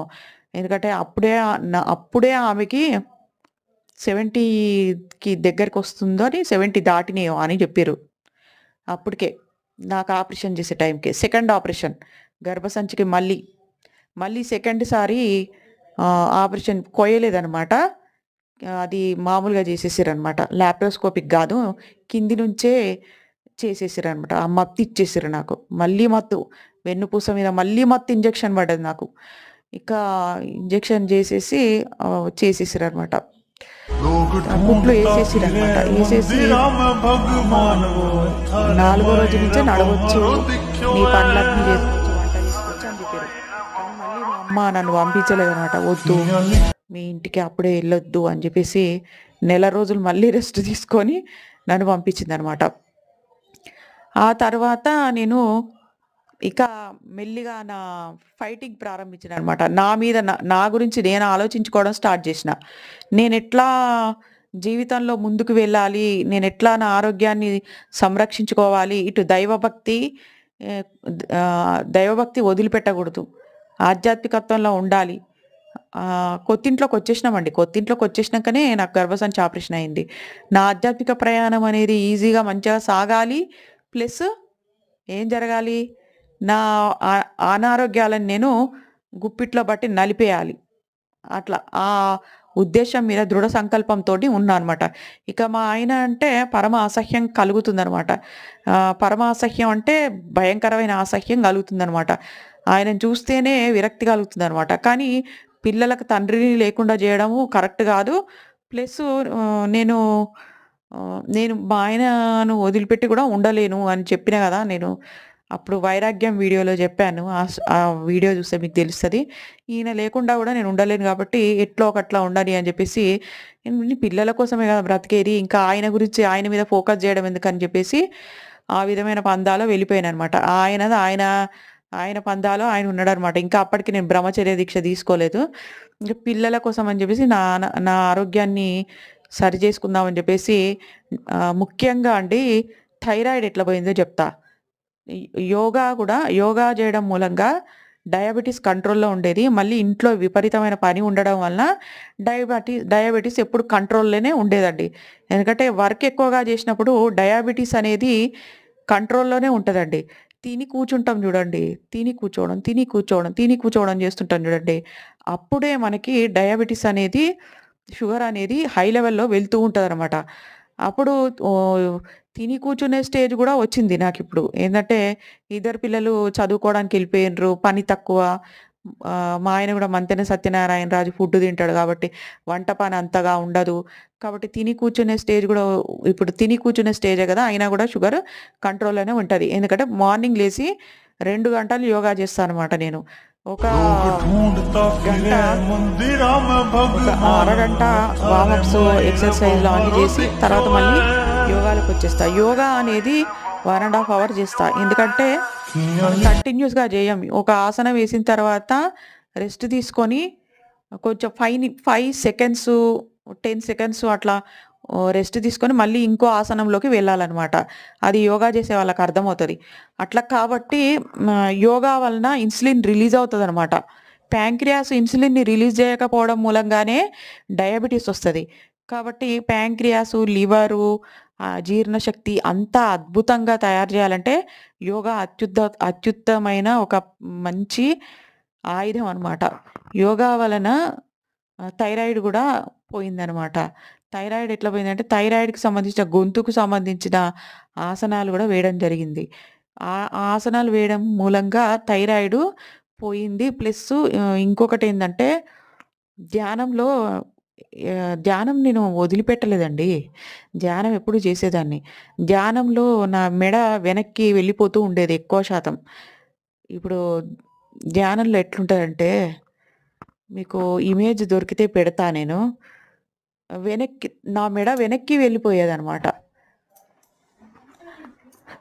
ధ్యానంలో మెడ వెనక్కి వెళ్ళిపోవడం మూలంగా విశుద్ధి చక్రం అంటే కంఠ చక్రం అదే థైరాయిడ్ గ్రంథి అక్కడే ఉంటదనమాట. కాబట్టి ఆ థైరాయిడ్ గ్రంథి యాక్టివేషన్ అయ్యి అక్కడ ఏమేమో మార్పులు జరిగినాయి అనుకుంటా. కాబట్టి థైరాయిడ్ అనేది పూర్తిగా నిల్ అయిపోయిందనమాట. అంటే అతి మొత్తంగా ఉండేది. డబల్ చిన్ను కనిపించేది. డబల్ చిన్ను గూడా పోయింది. ప్లస్సు హ్మ్. 25 ఎంజీ టాబ్లెట్ యేసుకునేదాన్ని 1 ఎంజీ టాబ్లెట్ యేసుకోమంటే ఇంకా 1 ఎంజీ మాత్రం ఎందుకేసుకోవాలని జెప్పేసి మానేసాననమాట. ఎందుకంటే డబల్ చిన్ మొత్తం క్లోజ్ అయిపోయింది. వెయిట్ కూడా లాస్ గావడం జరిగింది. అంతేకాదు థైరాయిడ్ టెస్ట్ ఎన్ని సార్లు చేపిచ్చినా గూడా నిల్ అని వచ్చిందనమాట. కాబట్టి థైరాయిడ్ టాబ్లెట్స్ మానేయడం జరిగింది. డాక్టర్లు ఆశ్చర్యపోయారనమాట. అంటే థైరాయిడ్ వస్తే థైరాయిడ్ ఎట్లా తగ్గించుకున్నావని. యోగానే అండి. యోగా వలన ధ్యానంలో అందరికీ మెడ వెనక్కి పోద్దో నాకు తెలీదు గానీ, ధ్యానము నేను అరగంటకి ఎక్కువ చేసేదాన్ని. అరగంటలో మాటికి మెడ వెనక్కి వెళ్ళిపోయేది. అట్లనే ఉండేది. 10 మినిట్స్ అట్లా. అంటే మెడ వెనక్కి వాలిపోవడం అనమాట. అది పవర్ ఎనర్జీని బ్యాలెన్స్ చేయలేక అట్లాంటివన్నీ అవుతుంటాయన్నమాట. ఊగిపోవడం, తల మెడ వెనక్కి వెళ్ళిపోవడము అలాంటివి జరుగుతుంటాయన్నమాట.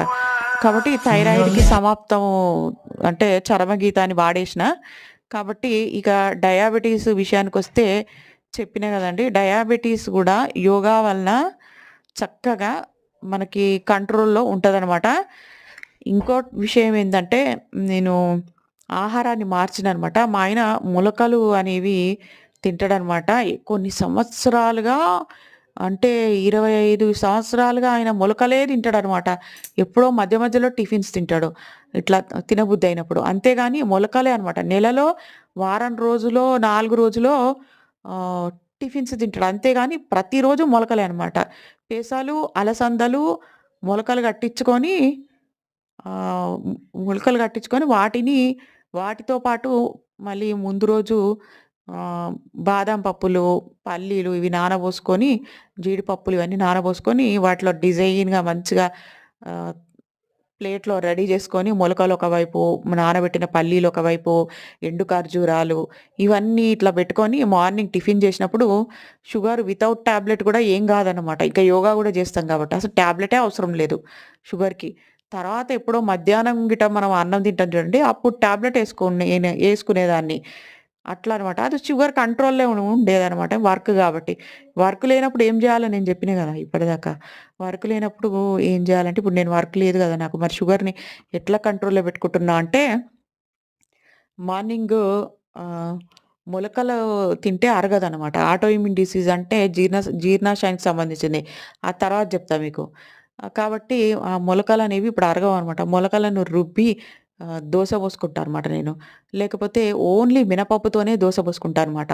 ఎందుకంటే ఓన్లీ మినపప్పుతోని దోస పోసుకొని తిన్నప్పుడు బియ్యం లేకుండా అంటే అదేమంటారు ఒకటేదో అంటారు గదా! దాన్ని. ఓన్లీ మినపప్పుతోని జేసినప్పుడు. అట్లా నూనె లేకుండా, ఒక్క చుక్క నూనె పోయకుండా నాన్ స్టిక్ ప్యాన్‌లో మినపప్పు మెత్తగా రుబ్బి దాన్ని ఇడ్లీల్లాగా ఆహ్, అదేంటి ఏందబ్బా! గుంతా పొంగనాలు గాదు. దిబ్బ రొట్టెలాగా చేసుకుంటాం గదా! అట్లా చేసుకొని చట్నీ పెట్టుకొని తినేస్తానన్నమాట. ఓ 2, 3 తినేసినా గూడా షుగర్ పెరగదనమాట. ఎందుకంటే అందులో రైస్ ఉండదు గాబట్టి. ఓన్లీ మినపప్పే గాబట్టి. మళ్ళీ ఇంట్లో लोग మన ढूंढता పని ఉంటది. फिरे मंदिरा में भगवान मन ప్లస్ थारे యోగా मायरा చేస్తా. पमारो दिखो ఇంకోటేందంటే మొక్కలు కావాలని నేను మొక్కలను పెంచడం స్టార్ట్ చేసిన. ఎందుకో తెలుసా? మొక్కల పని చేసినప్పుడు మనకి మట్టిలో చేయి పెట్టినప్పుడు మనసు ఆహ్లాదకరంగా ఉంటదనమాట.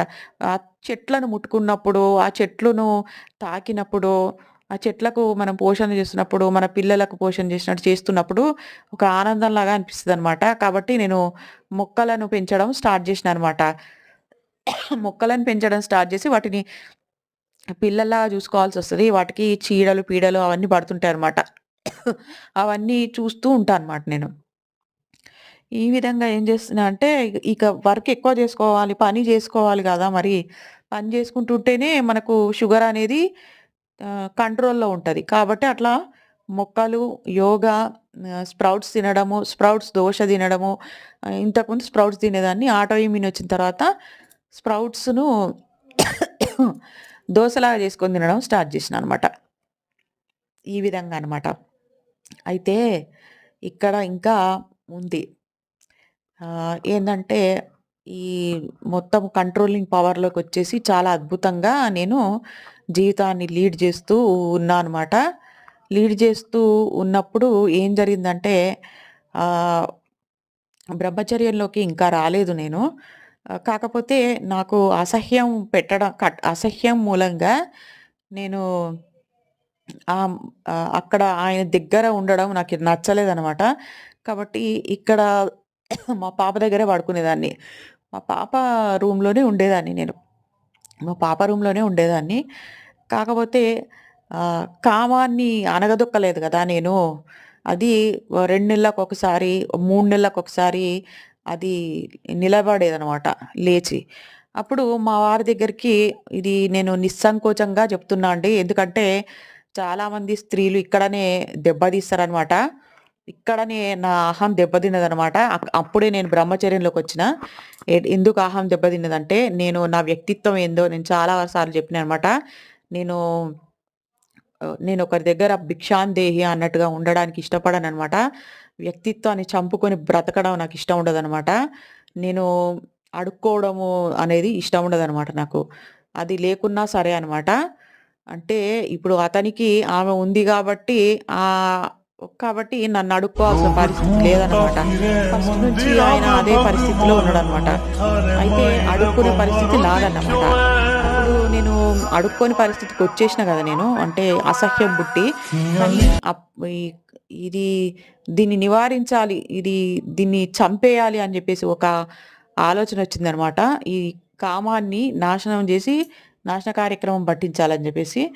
అప్పుడు ఏం జేసినా అంటే 2, 3 నెలలకొకసారైనా గూడా ఎందుకు ఆ వ్యక్తి దగ్గరికెళ్లి భిక్షాందేహి అనాలి అని చెప్పేసి నేను అమ్మవారి దగ్గర మొరబెట్టుకోవడం స్టార్ట్ చేసినాననమాట. ముఖ్యంగా నేను విష్ణారాధనలోకి గూడా వచ్చినాననమాట నేను. విష్ణు సహస్రనామాలు చదవడము అనేది స్టార్ట్ అయిపోయింది.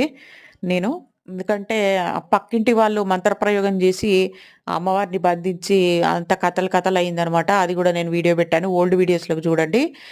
అయితే ఇక విష్ణు సహస్రనామాలలోకొచ్చిన విష్ణుమూర్తిని అడిగేదాన్ననమాట. ఈ కామం అనేది ఉంది గదా! నేను దాన్ని నివారించగలుగుతున్నా. కానీ 3 నెలలు, 4 నెలలు ఉండగలుగుతున్నా గానీ, మళ్ళీ అప్పుడప్పుడు బుసలు కొడుతుంది. దీన్ని అణిచివేయి అని చెప్పేసి భగవంతుడి దగ్గర మొరబెట్టుకునేదాన్ని.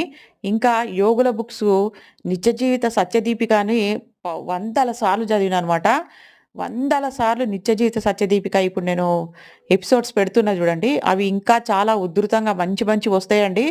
యోగులు ఇప్పుడు నేను ఆదిశంకరాచార్యుల వారిది కంప్లీట్ అయిన తర్వాత మెల్లిమెల్లిగా ఒక్కొక్క యోగిది చెప్తూ ఉంటా నేను. ఆ బుక్ వందల సార్లు చదివి జ్ఞానాన్ని సంపాదించుకున్నాననమాట. తర్వాత ఇంకా మిగతా యోగుల బుక్స్ గూడా ఉన్నాయన్నమాట. రామకృష్ణ పరమహంస గారి జీవిత చరిత్ర నన్నెంతో ప్రభావితం చూపిందనమాట. ముఖ్యంగా చిన్న వయసులోనే 5 సంవత్సరాల వయసులోనే రామకృష్ణ మఠంలో ఆడుకొని, తిరిగి పరమహంస గారిని చూసి, శారదాదేవి గారిని చూసి, వీళ్ళ జీవిత చరిత్ర ఏందో తెలుసుకుందామని ఇంట్రెస్ట్‌తో కలిగి గూడా నేను ఆ బుక్స్ తెచ్చుకోవడం జరిగిద్ది. శారదాదేవి యొక్క చిన్నప్పటి నుంచి ఆమె ఎట్లా పెరిగింది, ఆమె జీవిత చరిత్ర ఏంది గూడా నేను తెలుసుకున్నా. శారదాదేవి గారు, రామకృష్ణ పరమహంస గారు ఇద్దరు భార్యాభర్తలైనా గూడా వాళ్ళు కనీసము వాళ్ళు ఒక్కసారి గూడా సంసారం అనేది చేయలేదనమాట. అంత అద్భుతమైన వాళ్ళు అన్నమాట. వాళ్ళు నాకు ధ్యానంలో గూడా శారదాదేవి, రామకృష్ణ పరమహంస గారు కనిపించేవాళ్ళన్నమాట. ముఖ్యంగా అవతార్ బాబా గూడా కనిపించేవాళ్ళు. అయితే వాళ్ళని ప్రతి ఒక్కరిని అడిగేదాన్ననమాట. విష్ణుమూర్తిని అడగడమే గాకుండా ధ్యానంలో కూర్చున్నప్పుడు రామకృష్ణ పరమహంస గారిని, శారదాదేవి గారిని నా ఆజ్ఞాచక్రం దగ్గర చూస్తూ సత్యం చెప్తున్నా అండి ప్రమాణపూర్వకంగా. నా ఆజ్ఞాచక్రం దగ్గర చూస్తూ ఈ కామాన్ని అణిచివేయి. నేను నా మొగుడి దగ్గర వెళ్లి బిచ్చమెత్తుకోవాల్సిన అవసరం రాకూడదు. ఎందుకంటే నేను నా వ్యక్తిత్వం దెబ్బతింటుంది. నా అహం దెబ్బతింటుంది కాబట్టి దీన్ని అణిచివేస్తే ఇక నేను నాకు అవసరం ఉండదిగ. ఆహా! నేనే మహారాణిని అన్నమాట. అంటే ఇక ఆ విషయంలో గూడా ఆ వ్యక్తి దగ్గరికి వెళ్ళాల్సిన అవసరం నాకు ఉండగూడదు. నేనే మహారాణిని గావాలి. నేనే పులిని, నేనే సింహాన్ని అట్లా అన్నమాట. అంత ఇష్టం అన్నమాట నాకు. దాన్ని అణిచివేసేస్తే ఇక నేనే గొప్పదాన్ని అన్నమాట ఇంకా.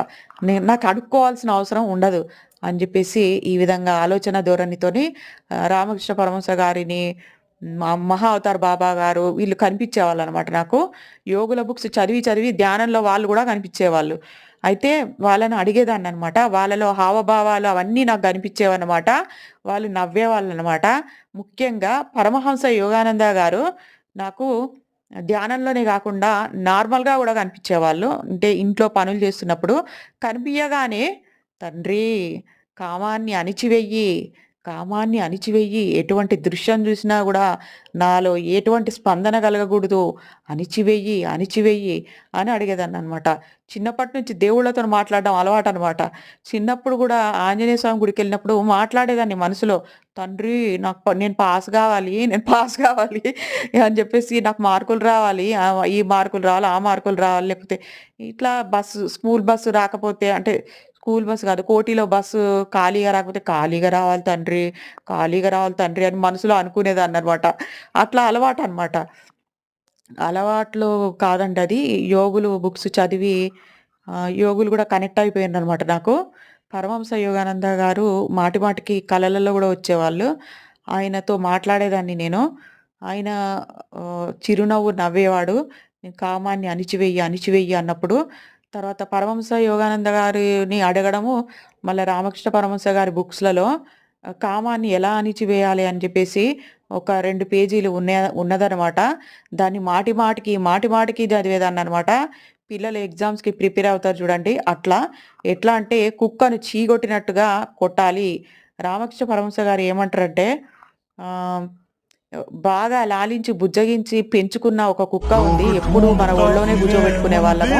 అప్పుడు ఆ కుక్క మన ఒళ్ళోకి రావడానికే ఇష్టపడుతుంటదనమాట. అదే కామం. కుక్క ప్లేస్‌లో కామం అనమాట. అయితే మళ్ళీ మన ఒళ్ళోకే రావడానికి ఇష్టపడుతుంటదనమాట. అప్పుడు మనం దాన్ని ఎట్లా నివారించాలంటే, ఆ కుక్క మన దగ్గరకొస్తున్నప్పుడల్లా దాన్ని చీకొట్టాలి. చీకొట్టి దాన్ని వెలగొడుతూ ఉండాలనమాట. చీ! చీ! చీ! చీ! అంటూ ఉండాలనమాట. కర్ర తీసుకొని కొట్టాలనమాట కుక్కని. మెల్లిమెల్లిగా అది ఈ యజమాని నన్ను ఎత్తుకొని ముద్దులాడడు. ఇంకా ఈ యజమానికి నా మీద ప్రేమ పోయిందని చెప్పేసి ఆ కుక్క వెళ్ళిపోతది. కాబట్టి కామాన్ని చీకొడుతూ, చీకొడుతూ ఉండాలనమాట. ఇది అన్నంత ఈజీ కాదు. కానీ నా వల్ల అయ్యిందనమాట. సాధ్యపడింది నాకు. నాకు యోగులు మరియు ఆహ్, విష్ణుమూర్తి, అమ్మ లలితాదేవి ఆమె ఉపాసన మానేసినా గూడా అమ్మవారు నా లోపలనే ఉంది. కాబట్టి ఆమె గూడా నాకు సహాయం జేసింది. పరమాత్మ ఒక్కడే అని జెప్పొచ్చు. కాకపోతే వీళ్ళు వివిధ రూపాలలో నాకు కనిపించేవాళ్ళు గాబట్టి, వీళ్ళు నాకు సహాయం జేసి నన్ను నాకు అది అణిచివేయబడిందనమాట. ఆ కామం అనేది అణిచివేయబడింది. అందులో స్వతహాగా నేను 3, 3, 4 నెలలు అణిచివేసుకొని ఉండేదాన్ననమాట. అట్లా గూడా కష్టం గదా! చిన్న వయసులో. చిన్న వయసులో కష్టం గదా! 35 సంవత్సరాల వయసులో. అప్పుడు ఆహ్, ఇంకా మెల్లిమెల్లిగా నాకు అణిచివేయబడుతుందనమాట. అణిచివేయబడి పూర్తిగా అణిచివేయబడ్డది అన్న తర్వాత నేను ఒకరోజు ఇక చెప్పేయడం జరిగింది. ఇంక నా దగ్గరికి నువ్వు రాగూడదు. నీ దగ్గరికి నేను రాను. అంటే ఆయనకు బోర్ కొట్టినప్పుడు సంవత్సరానికి ఒక్కసారి రా అని పిలిచినప్పుడు కుక్కలాగా నేను వెళ్ళేదాన్ని గదా! అది గూడా తస్మాత్ జాగ్రత్త. కాళీమాత రూపం ఉంటదండి నాలో. కాళీ తత్వం గూడా ఉంది. నా లోపల కాళీమాత తత్వాన్ని చూసి మా ఆయన వణికిపోయిండనమాట. అంతేగాదు ఇది ఏందంటే భయపడడం ప్లస్ నేను గూడా ఆయనను చెప్పినాననమాట. బెదిరియడం జరిగింది. "నువ్వు నా దగ్గరికి వచ్చినా నీ సంగతి మొత్తం బయట పెట్టేస్తా" అని జెప్పేసి అనడం జరిగింది. విలేకరులను తీసుకొచ్చి గవర్నమెంట్ జాబ్ గాబట్టి ఊడుతదని జెప్పేసి జాగ్రత్తగా ఉంటున్నాననమాట. అంటే అంతేనా అంటే కాదు. ఈ పెద్ద మనుషుల మధ్యలో గూడా జరిగిందనమాట. నా దగ్గరికి నువ్వు రావద్దు, నీ దగ్గరికి నేను రావద్దని జెప్పేసి ఇంటర్ఫియర్ గావద్దని. అట్లా అది స్ట్రాంగ్‌గా బ్రహ్మచర్యం అనేది ఇది బ్రహ్మచర్యంలోకొచ్చేసినా అని చెప్పినాననమాట నేను. బ్రహ్మచర్యంలోకొచ్చేసిన ఇంకా ఈ జన్మలో మనకి ఏది ఉండదు అని జెప్పేసి అర్థమైపోయిందనమాట. మా ఆయన గూడా लोग నేను ढूंढता మామూలు फिरे భక్తురాలిని గాదని జెప్పేసి అర్థం मंदिरा में చేసుకుంటూ అయినా గూడా మేము మంచిగానే ఉంటామండి. మంచిగా మాట్లాడుకుంటాం. भगवान तुम्हारो మంచిగా వండి పెడతా, दिखोए తింటాడు. అన్నీ బానే ఉంటాయి. కాబట్టి దానిలో ఏ సమస్య లేదు. ఇగ అక్కడికి అది క్లోజ్ అయిపోయిందండి. నేను షుగర్‌ని, థైరాయిడ్‌ని కంట్రోలింగ్ జేసుకున్నా. కాకపోతే ఇక్కడ ఏం జరిగిందంటే ఇదంతా జరిగిన తర్వాత ఆహ్, మళ్ళీ ఒక కొంచెం మానసిక వేదన అనేది జరిగింది. ఈ మానసిక వేదనను గూడా మళ్ళీ తట్టుకున్నా. ఎట్లా అంటే యోగా, ఎక్సర్‌సైజులు ఇవన్నీ జేసినప్పుడు డిప్రెషన్ లాంటి మానసిక వ్యాధులు తగ్గుతాయి. అంతేగాకుండా నేను భగవన్నామ స్మరణ అనేది జేసేదాన్ని గాబట్టి, భగవన్నామ స్మరణ గూడా ఓవర్‌కమ్ చేసిందనమాట. అంటే ముఖ్యంగా బుక్స్ తీసి చదివినప్పుడు వేదాంత ధోరణిలో వైరాగ్యంలాగా వచ్చేసిందనమాట. అంటే ఈ కట్టుకున్న భర్త, తల్లి, ఈ అత్త, ఆడబిడ్డలు ఇది అందరూ అంటే పిల్లల్ని మాత్రం నేనెందుకు నమ్మాలనే స్టేజ్‌కొచ్చినా కూడా పిల్లలు గూడా పెద్దగా అయిపోతారు. వాళ్ళకి పిల్లలు కూడా పెళ్ళిళ్ళయిపోతది. వాళ్ళకి సంసారాలొచ్చేస్తాయి. వాళ్ళ భార్య, పిల్లలు, భర్త, అల్లుళ్ళు అందరూ వచ్చేస్తారు. కాబట్టి వాళ్ళ మీద మాత్రం ఎందుకు ఆశ పెట్టుకోవడం? ఆశ అయితే ఏం లేదు. ఆశ ఏం పెట్టుకోను నేను. బాధ్యతగా ఉంటా నా పిల్లల పట్ల. నాకేం ఆశ లేదు. ప్రేమ గూడా లేదు. నాకు భగవంతుడంటేనే ప్రేమ. ఇన్ని ప్రాబ్లమ్స్‌లో నుంచి బయట పడేస్తూ ఉన్నాడు గదా! ముంచుతున్నాడు, తేలుస్తున్నాడు, ముంచుతున్నాడు, తేలుస్తున్నాడు గదా! ఇంక భగవత్తత్వం భగవంతుడే నిత్య సత్యం అనే ఒక ధోరణికొచ్చేసినాననమాట. ఆ యోగుల బుక్స్ వల్ల గూడా అదే జరిగిందనమాట. అందులో అదే ఉంటదనమాట. ఇప్పుడు నేను నిత్య జీవిత సత్యదీపికలోనివి ఎపిసోడ్స్ మీరు ఒక్కటి కూడా మిస్ గాకుండా వినండి. మీకు గూడా యోగ తత్వం అనేది బోధపడతది. నాలాంటి జీవితము పగవాళ్ళకి గూడా రాగూడదనమాట. నేను రావాలని అనుకోను. ఎందుకంటే నాకు ఒక ఆడపిల్ల ఉంది. నాకొక కోడలొస్తది. అల్లుడొస్తాడు కాబట్టి అట్లా అనట్లేదు నేను. మీరు ఆధ్యాత్మిక పురోభివృద్ధి సాధించడానికి యోగుల యోగుల వేదాంతాలు ఇవన్నీ విన్నప్పుడు మీరు భక్తిని పరిపూర్ణంగా చేయగలుగుతారనమాట. ఈ జన్మకు సార్థకత్వాన్ని మీరు సంపాదించుకోగలుగుతారనమాట. అంటే భక్తి భక్తి మార్గంలో ఎట్లా పురోభివృద్ధి సాధిస్తూ కుటుంబం పట్ల బాధ్యతగా ఎట్లా ఉంటూ భక్తి మార్గంలో పురోభివృద్ధి సాధించాలనేది నేను చెప్పడం అనేది జరుగుతది. నా జీవితం గురించి చెప్తున్నా గదా! ఇట్లాంటి జీవితము పగవాళ్ళకి గూడా ఉండగూడదనమాట. అందరూ సర్వే జన సుఖినో భవంతు. అందరూ బావుండాలి అనిపిస్తదనమాట. ఏడుపొస్తది నాకు. వేరే వాళ్ళ लोग జీవితం ढूंढता ఎవ్వరిది ఇట్లా फिरे ఉండగూడదు. मंदिरा में నన్ను బాధపెట్టిన వాళ్ళ भगवान జీవితంలో గూడా ఇలాంటి జీవితం तुम्हारो ఉండగూడదు. दिखोए అంతేగాదు నా పగవారికి గూడా నా ఆడబిడ్డలున్నారు గదా! వాళ్ళకు గూడా నాలాంటి జీవితం రాగూడదు అని నేను భగవంతుని సర్వదా ప్రార్థిస్తున్నా. అంతేగాదు నా భర్త ఎవరితోనైతే ఉంటున్నాడో ఆమెకు గూడా క్షమించేసినాననమాట నేను. అది వాళ్ళది పూర్వజన్మ సంబంధం అని జెప్పేసి నాకు అర్థమైపోయిందనమాట. ఈ జన్మలో గూడా వాళ్ళని నేను విడగొట్టినప్పుడు, నెక్స్ట్ జన్మలో గూడా నాకు మళ్ళీ ఇలాంటి జీవితమే లభిస్తదని నాకు ఇంటిమేషన్స్ వచ్చినాయనమాట యోగుల ద్వారా. కాబట్టి వచ్చిందండి. యోగుల ద్వారా ఇంటిమేషన్స్ వచ్చినాయి. ఎట్లా అంటే ఆమెను నాకు వాక్సిద్ధి ఉంది. నేను ఏదైనా ఎవరినైనా శాపనార్థాలు పెడితే అది వాళ్ళు ఫట్టనమాట. అయితే అది నేను ఎవ్వరిని ఏమి పెట్టననమాట. కానీ కొంచెం తెలిసిందనమాట నాకు. ఆహా! నేనేమైనా అంటే కోపంతో కడుపు మండి ఎవరినైనా ఏమన్నా అంటే వాళ్ళకేదో ఒకటి జరుగుతుందని. అయితే నేను ఈ ఈ లేడీ ఉంది గదా! ఆ వుమెను మా ఆయన ఉంచుకున్నామె. ఆమెను నేను విపరీతమైన శాపనార్థాలు పెడదామని నేను పెద్దగా అరుస్తూ ఒకరోజు డిప్రెషన్‌లో ఉన్నప్పుడు పెద్దగా అరుస్తూ ఆమెను ఆమె నాశనం గావాలి అట్లా అని జెప్పేసి అంటున్నానన్నమాట. అని పెద్దగా అరుస్తూ ఇదే నా శాపం అని జెప్పేసి అని అంటున్నానన్నమాట. అంటున్న టైంలో వెంటనే నా ఆజ్ఞాచక్రం దగ్గర అంటే కళ్ళు తెరిచాయి. కళ్ళు తెరిచే ఎదురుంగా అనమాట. ఆజ్ఞాచక్రం దగ్గర అంటే కళ్ళు మూసుకొని కాదు. నా కళ్ళల్లో దర్శనాలని చెప్తా గదా! నా ఎదురుంగా అవతార్ బాబా గారు దర్శనమిచ్చారనమాట. "వద్దు ఇది నీ కర్మ ప్రకారంగా జరుగుతుంది. ఈ జన్మలో గూడా తప్పు జేయకు. వద్దు శాపనార్థం బెట్టకు" అని ఇంటిమేషన్ వచ్చింది. అవతార్ బాబా గారు కనిపిచ్చిర్రు.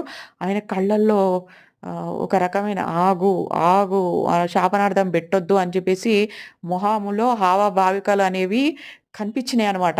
నాకు స్పష్టంగా కనిపించినాయి.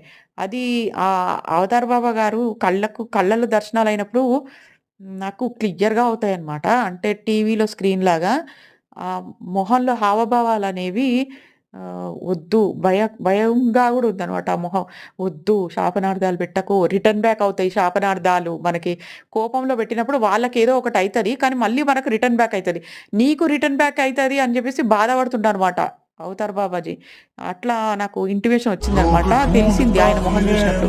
అంటే నీకు రిటర్న్ బ్యాక్ అయితదని నేను బాధపడుతున్నా. వద్దు రిటర్న్ బ్యాక్ జేసుకోకు. నువ్వు కర్మను రిటర్న్ బ్యాక్ జేసుకోకు అని జెప్పేసి ఆయన నన్ను శాపనార్థాలు వద్దు అని సైగ చేస్తుండనమాట. అప్పుడు వెంటనే టక్కున నోరాగిపోయిందనమాట నాది. అప్పుడు నా సమయంలో మా అమ్మాయి నా పక్కనుందనమాట. మా అమ్మాయి నన్నిట్లా విచిత్రంగా జూసిందనమాట. ఏదో అనబోయి ఆగినవు అనన్నది.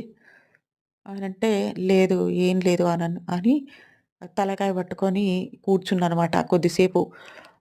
తర్వాత మెల్లిమెల్లిగా అర్థమయిందనమాట. వద్దు నీ మళ్ళీ రిటర్న్ బ్యాక్ అవుతది.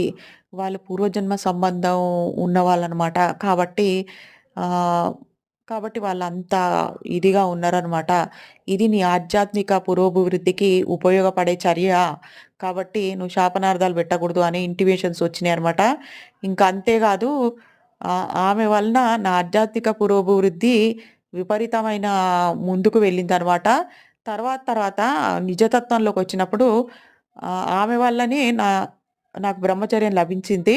అంతేగాదు ఆమె వల్లనే నేను ఆధ్యాత్మిక పురోభివృద్ధి సాధించి ఇంకా ముందు స్థాయిలోకి రాగలిగినాననమాట. ముఖ్యంగా ఏందంటే ఆహ్, ఆ పూర్వజన్మ సంబంధం ఉంది గాబట్టి వాళ్ళను విడగొట్టడం మూలంగా నాకు కర్మ రిటర్న్ బ్యాక్ అయ్యి నెక్స్ట్ జన్మ గూడా ఇదే జన్మ ప్రాప్తించే అవకాశం ఉంటది. కాకపోతే నాకు ఆ యోగుల బుక్స్ చదివిన వేదాంత ధోరణిలో ఏమంటా అంటే, నెక్స్ట్ జన్మలలో నాకు వివాహం వద్దు. సన్యాసాశ్రమం స్వీకరించేటట్టు నాకు అనుగ్రహించు తండ్రి అని జెప్పేసి ప్రతిరోజు అదే ప్రార్థన చేస్తానన్నమాట. 5, 6 సంవత్సరాల వయసులోనే ఆధ్యాత్మిక పురోభివృద్ధి సాధించే దశలో వెళ్ళిపోవాలి నేను. అంటే ఆధ్యాత్మిక పురోభివృద్ధిలో ఉన్న కుటుంబంలోనే జన్మించి సన్యాసాశ్రమం స్వీకరించాలి. ఈ ఈ ఒక్క ఇన్ని కష్టాలు అనుభవించిన ప్రారబ్ధ పాపకర్మ గదా! నువ్వు ఈ కోరిక తీర్చు. ఈ ఒక్క కోరిక తీర్చు. ఎన్ని అనేక జన్మలొచ్చినా గూడా నాకు సన్యాసాశ్రమమే గావాలని జెప్పేసి భగవంతుడు ప్రార్థిస్తూ ఉంటా అనమాట. ఇట్లా నార్మల్‌గా ఈ పిల్లలిద్దరూ దూరం చదువుకుంటున్నారు గదా! బాబు ఫారిన్‌లో, పాప హాస్టల్‌లో ఉన్నప్పుడు తీరుబాటుగా ఇట్లా ఒక్కదాన్ని ఇట్లా బెడ్ మీద ఉన్నప్పుడు ఇట్లనే నేను అఫర్మేషన్స్ ఇస్తూ ఉంటా लोग అనమాట. ढूंढता విష్ణుమూర్తికి, फिरे యోగులకు मंदिरा में వాళ్ళతోని भगवान మాట్లాడుతూ को ఉంటా అనమాట. मैर రోజు గూడా बहारो శంబల నగరంలో ఉంటారండి. दिखोए పరమహంస యోగానంద గారు, అవతార్ బాబా గారు, यानी ఇంకా లాహిరి మహాశయులు గారు, ఇంకా కొంతమంది యోగులు శంబలా నగరంలో ఇప్పటికీ ఉంటారనమాట. వాళ్ళకు వాళ్ళని మనం ధ్యానంలో ఏమైనా క్వెషన్స్ అడిగినప్పుడు వాళ్ళు ఆన్సర్స్ ఇస్తారు. అది స్పిరిచువల్ గ్రోత్‌ని బట్టే అనమాట. అందరికీ అనైతే నేను చెప్పనండి. అయితే వీళ్ళు ఎట్లా అంటే, ఈ విధంగా నా నా జీవితాన్ని తీర్చిదిద్ది ఇప్పుడు నేను మీకు వాయిస్ ఓవర్ ఇచ్చే పొజిషన్‌లో నేనున్నాననమాట. ఈ వీడియో అయితే చాలా లాంగ్ లెంత్ అయిపోయి ఉంటది. అవును. 1 అవర్ అయిపోయింది. ఆటో ఇమ్యూన్ డిసీజు ఎందుకొచ్చింది? ఆటో ఇమ్యూన్ డిసీజు నేను ఎలా నివారణ చేసుకున్నా? ఆ ఆటో ఇమ్యూన్ డిసీజ్ పేరు ఐబీఎస్ ప్లస్ ఐబీడీ. మీకెవరికైనా అవగాహన ఉంటే కామెంట్ బాక్స్‌లో తెలియజేయండి. ఆహ్, పెద్ద పేగుకు సంబంధించిన జబ్బన్నమాట. అది యోగుల ఆహారం నాకు అలవాటు చేయడం కోసం అని జెప్పేసి ఆ జబ్బొచ్చిందనమాట. అది నేను జెప్తాను. నెక్స్ట్ వీడియోలో దాని స్టోరీ అంతా జెప్తాను మీకు. ఎందుకంటే ఈ వీడియో లాంగ్ లెంత్ అయిపోయింది. ఎక్కువైపోయింది. ఓకేనా అండి? ఆహ్, ఓకే. నెక్స్ట్ వీడియోలో మళ్ళీ మనం కలుసుకుందామండి. ఓం నమో నారాయణాయ.